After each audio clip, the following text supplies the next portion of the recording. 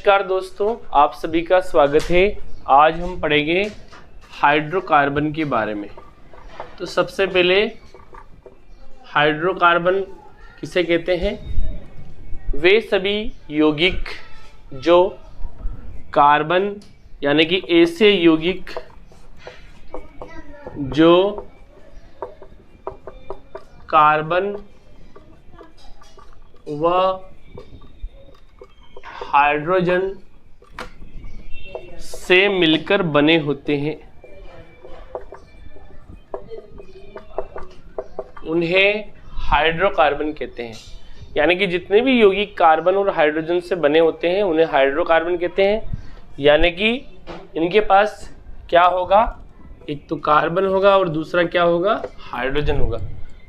सबसे सिंपल यौगिक की उदाहरण के लिए हम बात करें तो जैसे है मेथेन, एथेन, प्रोपेन, तो ये सब क्या है, हाइड्रोकार्बन के उदाहरण हैं। यानी कि जिनके अंदर भी कार्बन और हाइड्रोजन है वो सब हाइड्रोकार्बन है।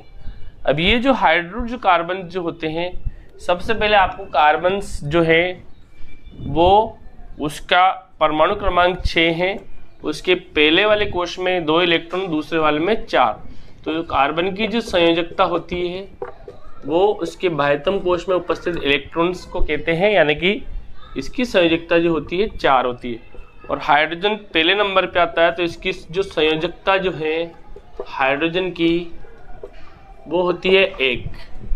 यानी कि हाइड्रोजन जो है वो 1 बॉन्ड बनाता है।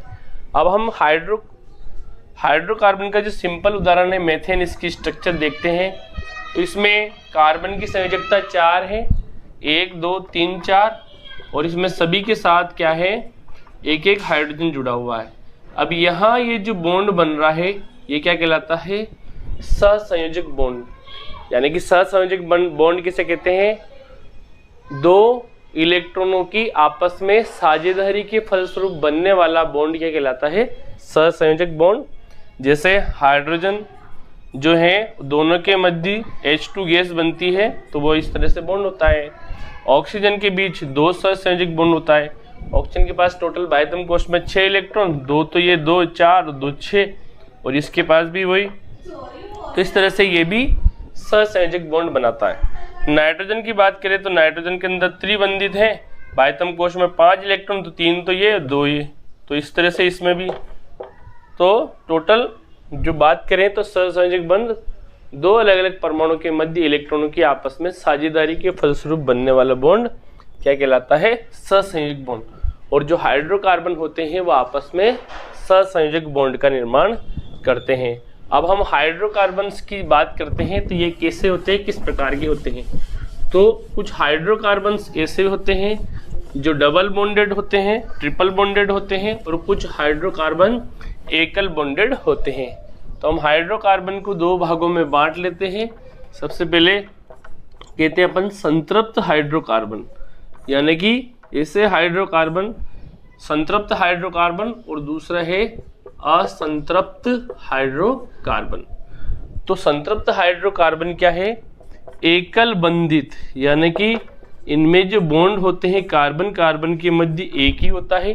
जबकि असंतृप्त हाइड्रोकार्बन जो होते हैं वो 2 तरह के होते हैं, जिनमें कार्बन कार्बन के मध्य डबल बॉन्ड होता है और जिनमें कार्बन कार्बन के मध्य ट्रिपल बॉन्ड होता है।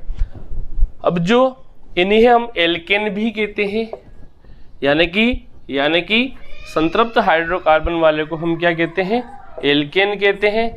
इन्हें हम कहते हैं एल्किन और इन्हें हम कहते हैं एल्काइन। अब बात करते हैं इनके पीछे क्या लगाते हैं, अनुलग्न। तो इनके पीछे अनुलग्न हम लगाते हैं एन, और इनके पीछे अनुलग्न हम लगाते हैं इन, और इनके पीछे अनुलग्न हम लगाते हैं आइन। ये आपको याद रखना है। अब इनका जो फॉर्मूला क्या है, यानी कि इनका जो सूत्र है वो आपको याद रखना है तीनों का।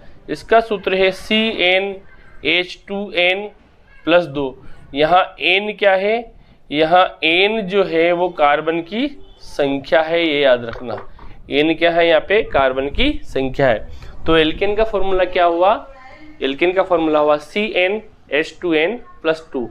यानी कि कार्बन की संख्या हाइड्रोजन की संख्या जो होगी वो कार्बन की संख्या से डबल में 2 जोड़ना पड़ेगा। जैसे सिंपल सा उदाहरण हम मेथेन ले लेते हैं, तो मेथेन में 1 कार्बन है, हाइड्रोजन 1 दूना 2, 2 में 2 और जोड़ दो तो यानी कि 4।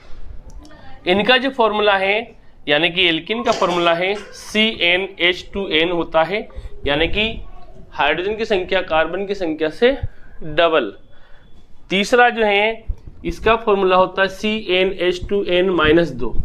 तो ये याद रखना है कि किस तरह से हाइड्रोकार्बन्स को 2 भागों में बांटा गया है, एक तो संतृप्त और असंतृप्त। संतृप्त में सिंगल बॉन्डेड होता है, असंतृप्त में डबल बॉन्डेड और ट्रिपल बॉन्डेड वाले होते हैं। Thank you students.